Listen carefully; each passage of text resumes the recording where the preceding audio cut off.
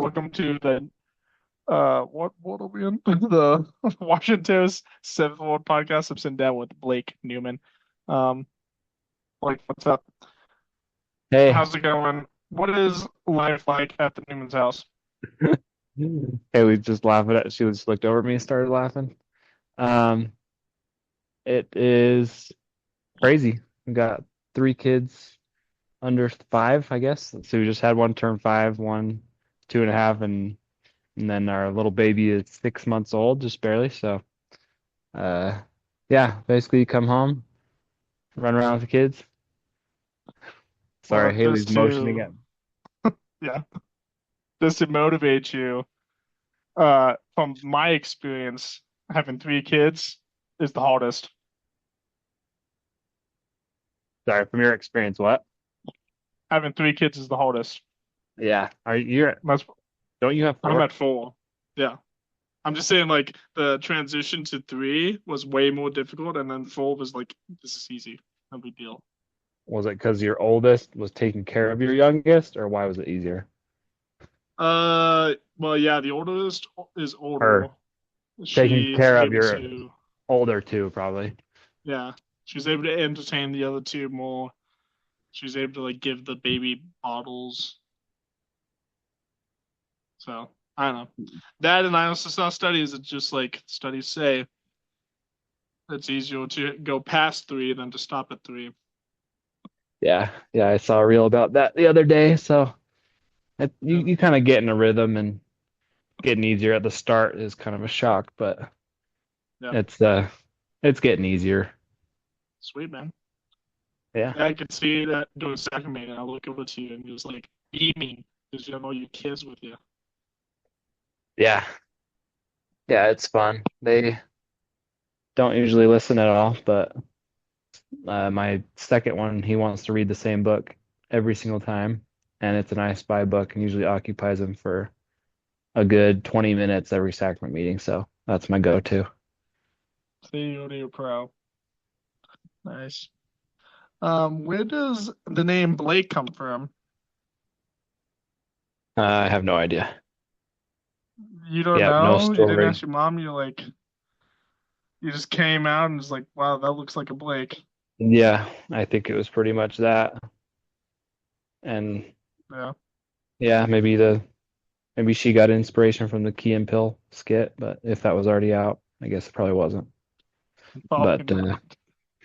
You're not that old. yeah, I mean, I'm not that young. Yeah, but still, that's an old skit. Yeah. Uh, are you a Utah native? Yeah. My middle name has a story. Oh, sweet. You want it? Absolutely. So my middle name's William. It comes from I think it's my third great grandpa named William Howell, and he was coming across the Atlantic Ocean after joining the church in, I think it was Wales or somewhere in Europe, and they're coming across, and there's like a group of, I don't know, 30 or 40 saints, and then there's the crew and the captain, and they none of them were members, and a huge storm came up as they're coming across, and they were at the point of sinking. They were bailing water as fast as they could, uh, and the captain came to William Howe. William was the leader of those saints, and so the captain came to him and said, "We're going to go down if this storm continues, which is looking like it will. We're going to go down unless some miracle happens tonight." And so William got the other elders together, and they said a prayer, uh, asking for that miracle. And it is said on the record that right after they were done with the prayer, the storm just ceased, and it was clear. And then uh, the captain and all of the crew were baptized, um, on the journey over, I think in the ocean or something somehow. They were all baptized. So that was pretty cool. Oh, that is a crazy story. Basically, like the Nephi story of coming across the ocean, being well, of course, not as extreme as being tied up to the mast, but as soon as they say go, just knelt down, said a prayer, and just disposed immediately. That's incredible. Yeah, it's pretty cool. Um, so I'm proud of my middle name, not so much my first name. But yeah. Do you remember when, basically, when you hold that story for the first time? I guess. Uh, You, I can't remember the exact time, but I remember it might have even been I just looked it up on like while I was doing some family history or something, and there was just a record of it, and I read it. I can't remember if that was it or if somebody told me about it, and then I went and found it, but it so stuck with me. what has that done to you since? Just obviously a much greater appreciation for your middle name, I guess. Yeah, and just I think it's just faith building too, and also kind of eye-opening that I think there's lots of miracles that happen in our life or in people that are not too distant from us in relation.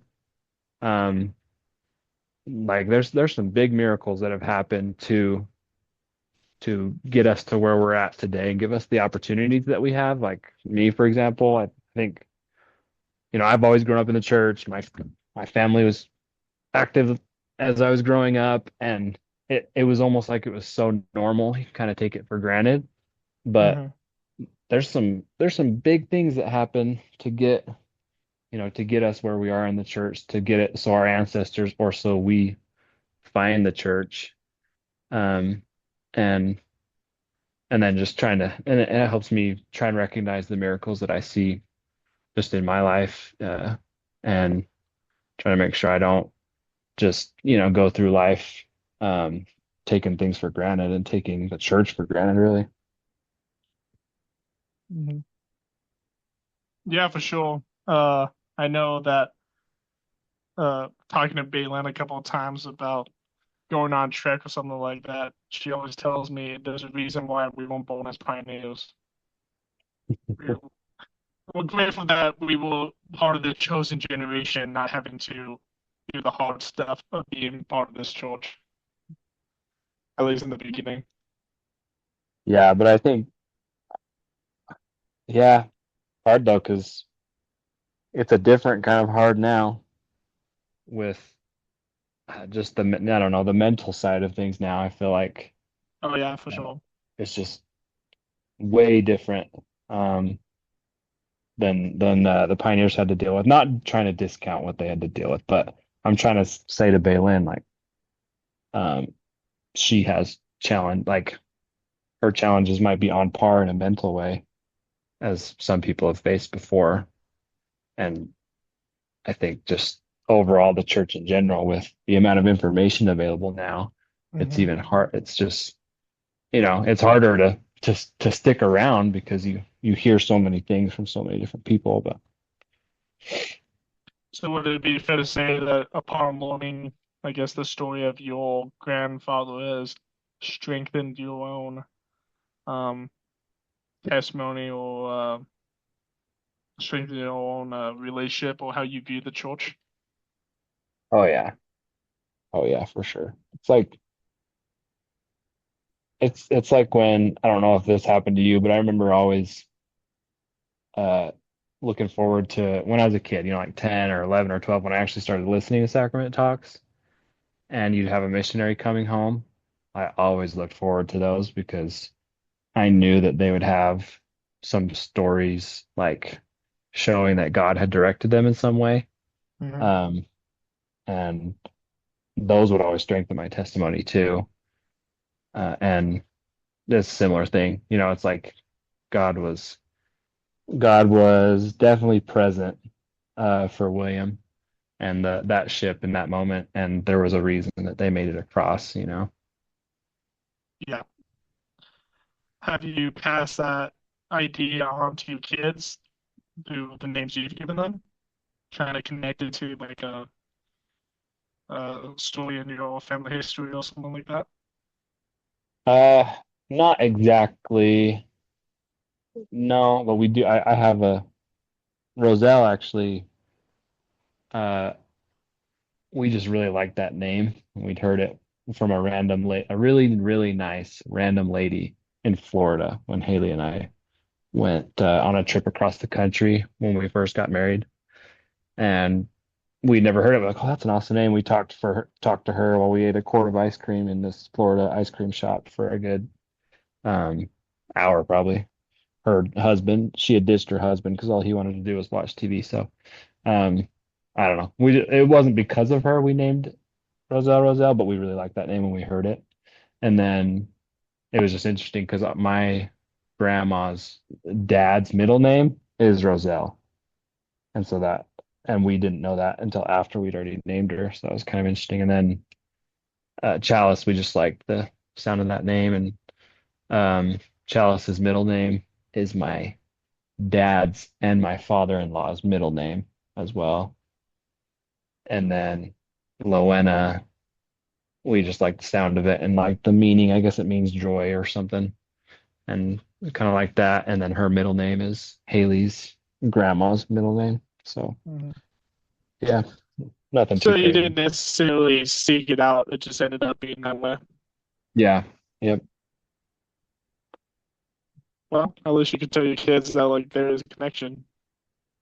Yeah. No, yeah. And I think we've kind of chosen some weird names. Um, like as far we looked at our family history and we're like, well, we're seeing a lot of the same names just over and over again. Let's kind of switch it up. And so they're kind of the trailblazers with interesting names. So we'll see if they love us or hate us for that. Yeah. Yeah, you went through your family history. You're like, all these people sound old. There's a reason Yeah. why they're in here. Yeah. Not that old That's cool. people names are bad, but they're all the same. They're all the same. Yeah, that's cool. How did you end up meeting your wife? Haley was so I she was in the my sister's ward. My sisters are both married and have their own families, and they live close together in South Ogden, and they were in Haley's ward.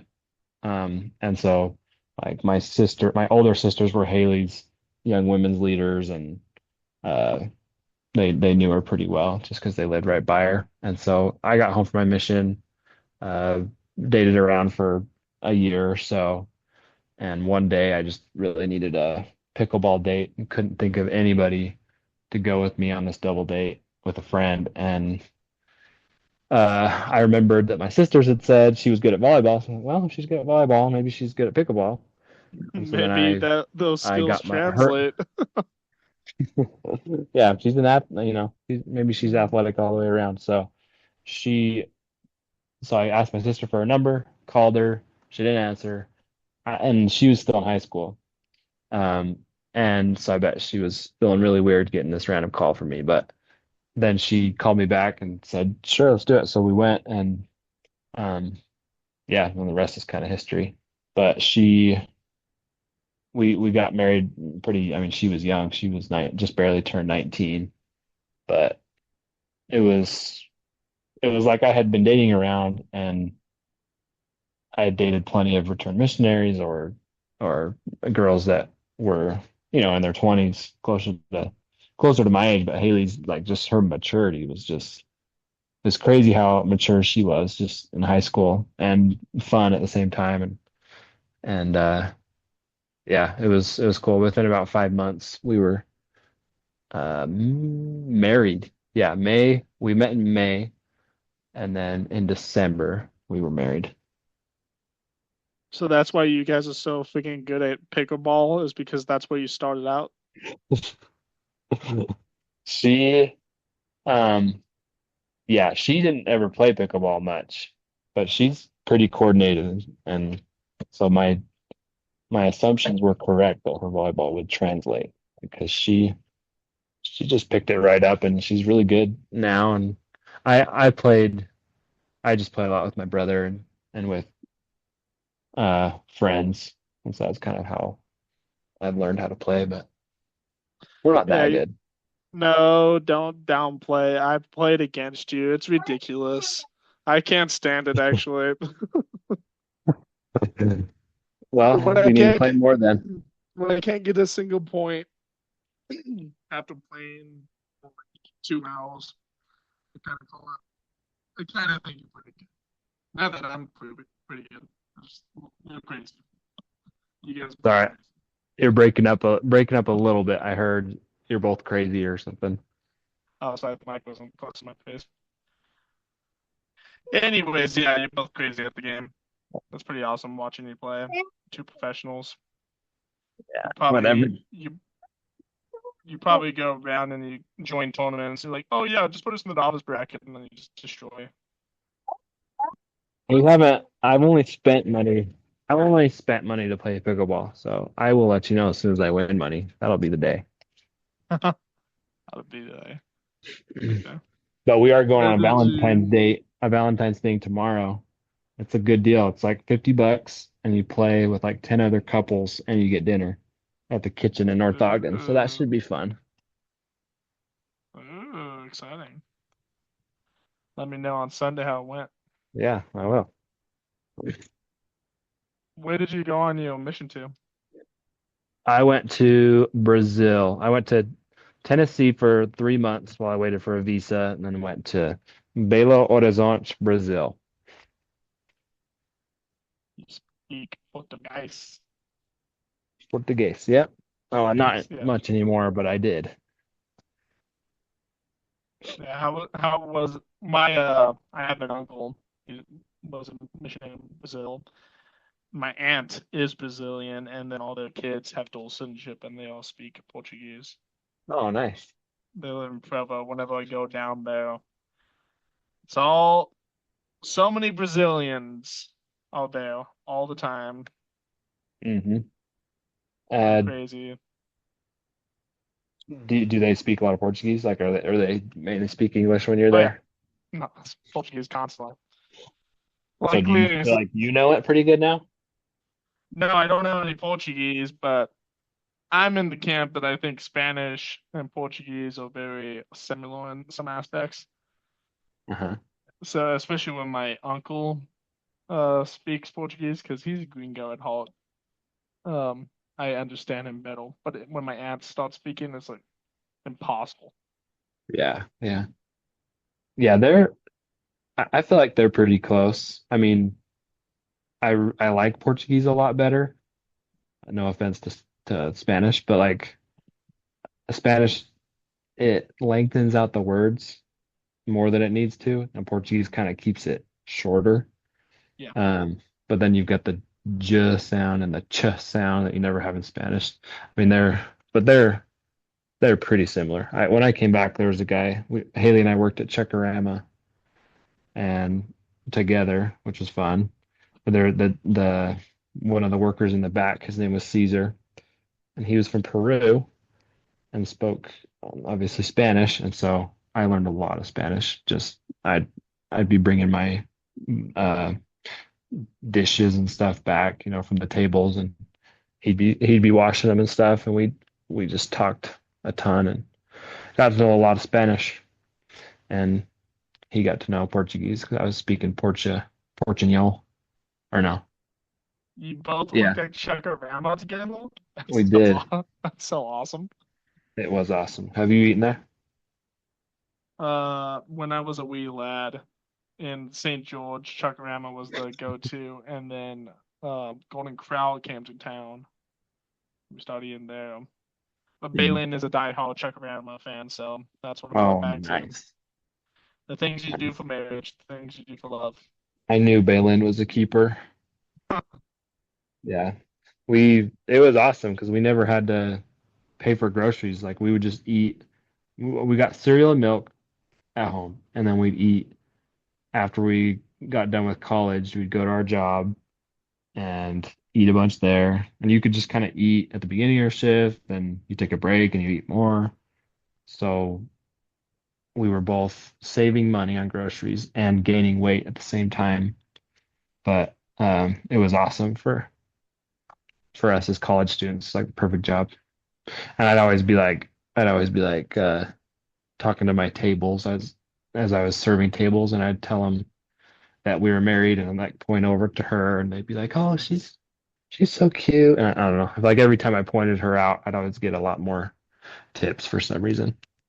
For some reason. Yeah, It wasn't a ploy or anything. That's awesome.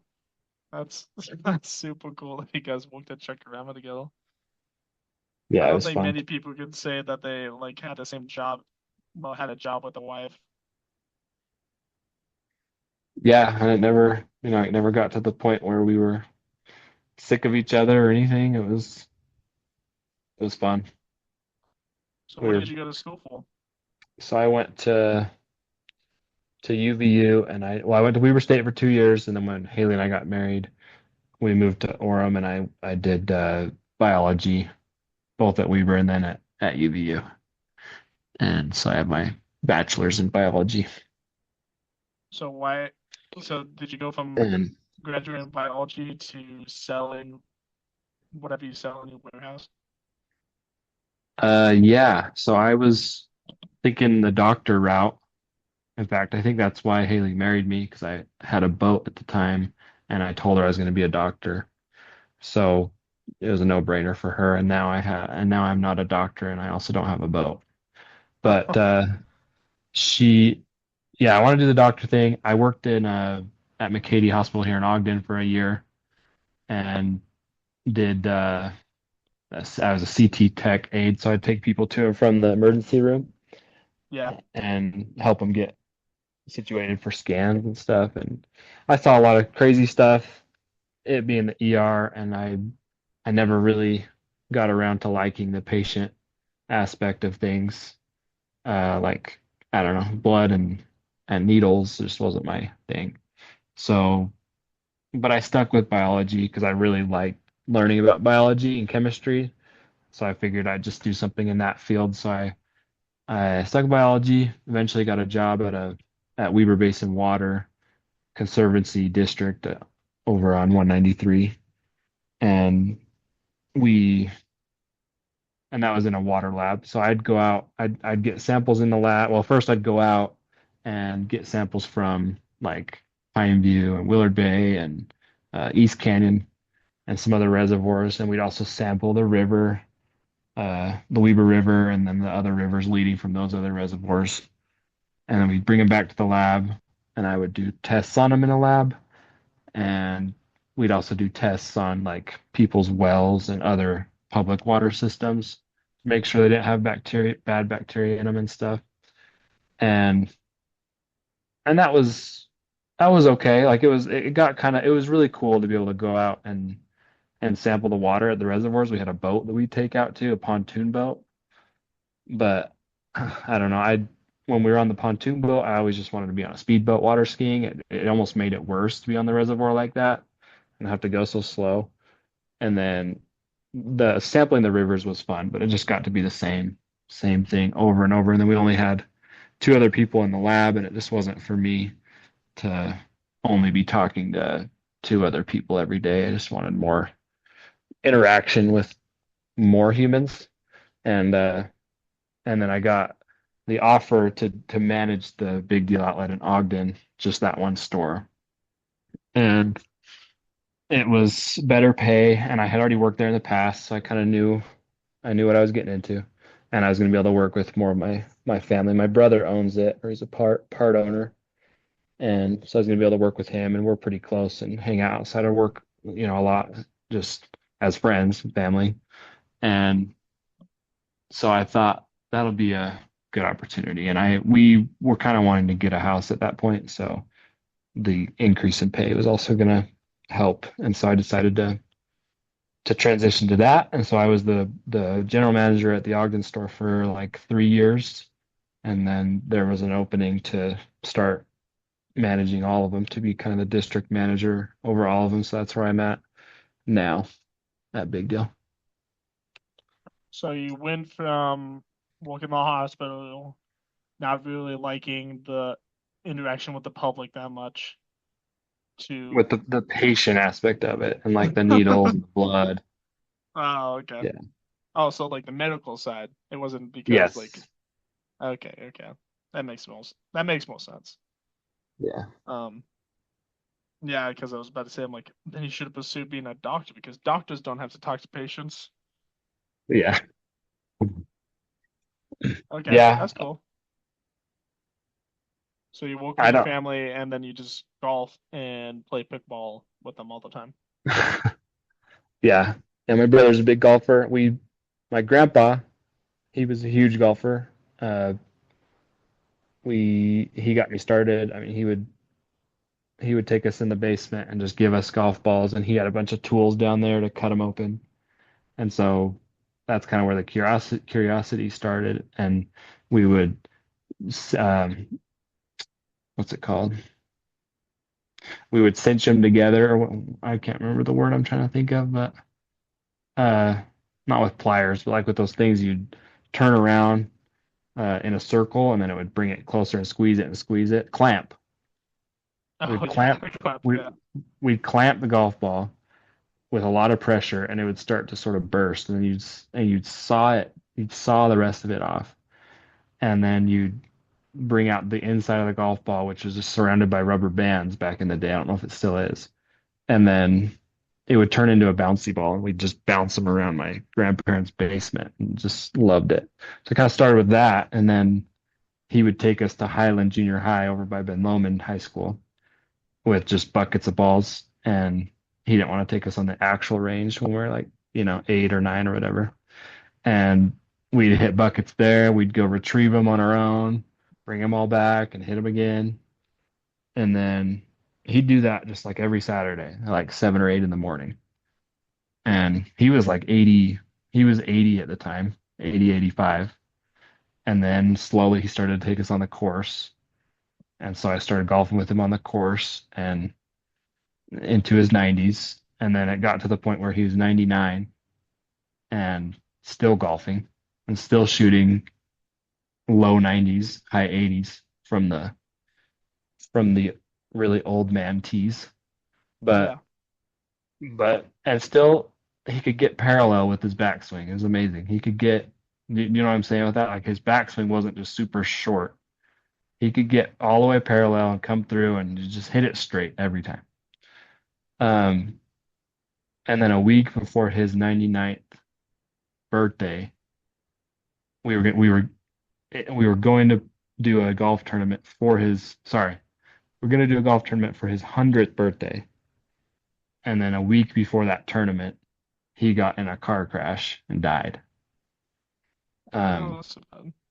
and but it was crazy. It was wild because it is kind of sad when I say it like that. But he drove himself to this eye appointment, and then he was getting driven back, and then got in the crash, so he wasn't even driving. But when they took him into the hospital and they did a CT scan, he just had cancer everywhere, like in his chest and like I think lungs, and just had cancer everywhere. And he had just barely seen some blood in his urine, and so like I don't know, it was almost like, and he was not one of those people that would have just like taken a bunch of assistance at the end of his life.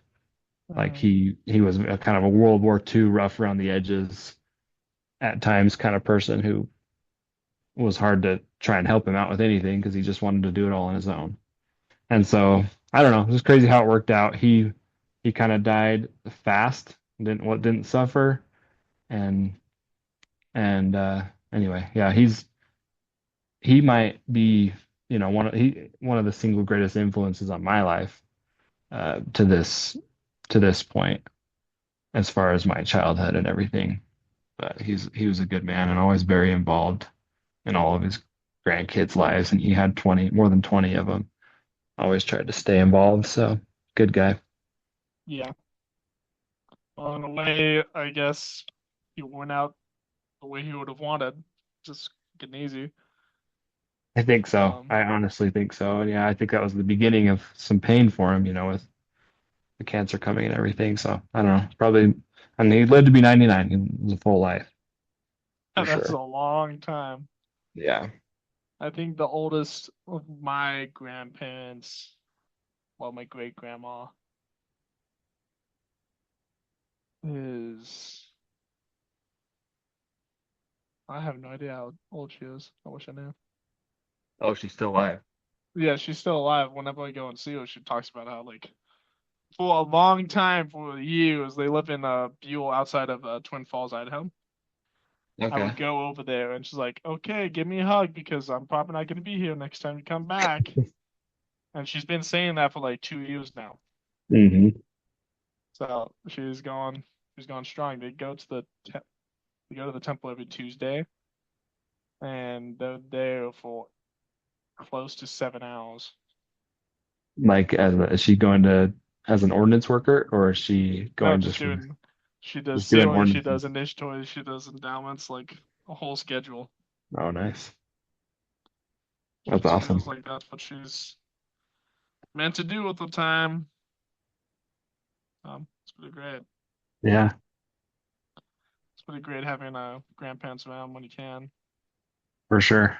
Yep, mine are all gone. Yeah, so you must come from you're like the younger side of an older family, I'm Yep. guessing. Yeah, I'm the youngest, or I'm the second to youngest of seven, and my parents were in their 30s when they had me. Uh, and my like the grandpa I was just talking about, he didn't get married till he was about 30, and so yeah, I'm kind of not that that's like super old to get married, but maybe a little older than normal for that time. Well, according to your guys' story, you and Haley, that is pretty old. Yeah, yeah, It was the yeah, same thing for me and that's fair. Baylin. Well, we were both 20 and 21. Oh, nice. So 30, oh my gosh, that's ages away. Yeah, Yeah, that's cool. Um, that's super cool. Is there any other hobbies besides you're just big sports guy? Do you do anything else? we do. We Haley and I really like to fly fish in the Uintas. It's kind of our preferred camping. It's just kind of Haley's dad's really into lightweight backpacking, and he's kind of gotten us into that. And so we'll go 4 days on like 18-ish pounds backpacks, and we go that light because we want to be able to fish while we hike. And so we'll find a river, and we'll just kind of plod up the river in and around it, and just fish every single new hole that we find. And uh, that's yeah. So we love doing that. We can't do that as much now with the kids, Yeah. but we still before this last year when Lowena was born, we didn't camp a ton with a tiny baby, but um and or sorry, with Haley being 9 months pregnant, and then she was born in August. But the year before that, we had camped probably 30 nights out of that year. So even with the kids, we'll take the kids and camp in Goblin Valley and uh Southern Utah, uh the Uintas. We'll take the kids up there to places you can drive to. Um so yeah, we love camping, fishing. We also love mountain biking. I got Haley into that. We got married and she loves it, and we do that when we can. Uh, trying to think what else, and mostly sports and games. We play a lot of like the other Sunday when the kids were sleeping, we probably played 3 games of Settlers of Catan just against each other. So we like board games and yeah, any type of game. So we like So to do lots of different stuff. you're apocalypse survivors and you like to play board games. Yeah. Yeah, that's Yep. cool. I wa- I've actually been wanting to get into backpacking, so now I could actually talk to someone about it who has Yeah. experience. Yeah, Because I have. YouTube is fun and all, watching videos of people explain, but having someone at church in my neighborhood that I know who could explain things. It's super When helpful. I had my eyes open when I went. I was into backpacking before I met Haley, but just your typical, 40-pound pack in a tent, pack in a decently sized sleeping bag, because all the lightweight small ones were $300, so you're not doing that. And and so I was kind of your uh typical backpacker, but then I went with her family one time and I had my 40-pound pack and I get to her house and all her siblings are like hopping on the scale. Her dad's like, "Hey, yeah, everybody hop on the scale." So they're hopping on the scale weighing themselves. It was weird. But some of them had like 10 pounds on their back. And then and it's like all of her siblings. So it's like six of them, the parents, and then I was barely getting introduced to the family. And we're hiking. It's like a 4 or 5 day thing. And it's hard, 40-pound pack. We were going up a pretty good incline, and we get to the destination, and they just bust out this tarp that they put in over them, and then a tarp they put under them. They don't have any type of tent, and I've got my whole tent set up, and then they start preparing their food, and so they build a fire, and then they all just basically have your typical bean cans uh, that have been emptied out and washed and everything, and they all put water in these bean cans and just put them in the fire. And and then I'm sitting there trying to get my jet boil to work, and it's supposed to be, super fast jet boil or whatever. And I haven't even got my stove all set up, and they're already eating their mountain house or whatever it is. And I was like, okay, so I'm carrying this whole jet boil that weighs, I don't know, 2 pounds total with the whole setup or whatever. And their can literally weighs like 8 ounces or maybe less. And they're eating their food faster and they don't have to worry about propane or anything like that.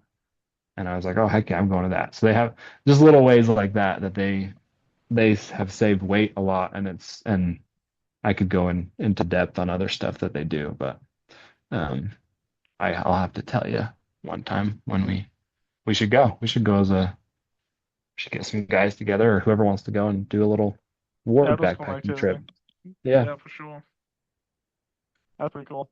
You thought you carrying all 40 pounds, like, just wait till we get to the campsite, and then I'll be living in luxury, and then you peasants, and then they still just outshine you.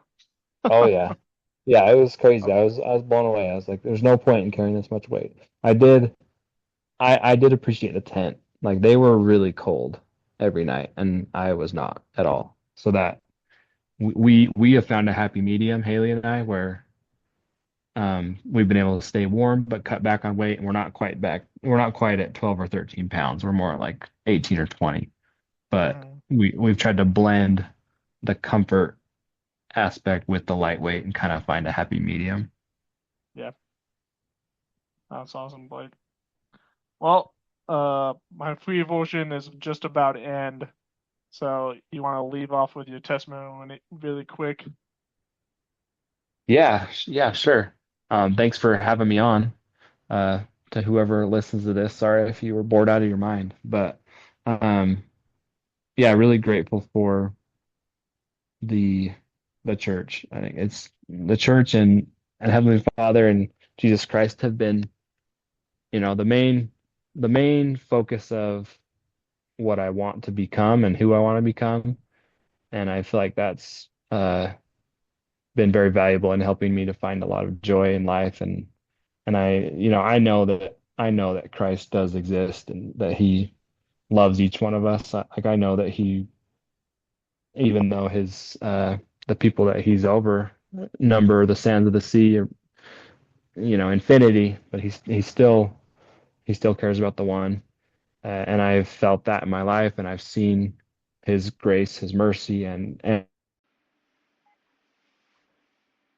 so yeah, even though you know human beings number greater than the sands of the sea throughout the history of time, and uh, He cares about each one of us personally, and I have felt that. I know that. I know that I've had prayers answered. That it is undeniable that it was Him that answered them, and the prayers that were answered, I can say were for the benefit of his children. So I know that when we ask in faith and wanting to help others and show others the light of the gospel, then he answers those prayers because he loves us so much and he wants us to find joy. So I I know that that is his work and his glory, to bring to pass immortality and eternal life and joy of all men, and so that we can live with him again. Uh, and I say that in the name of Jesus Christ, amen. Amen.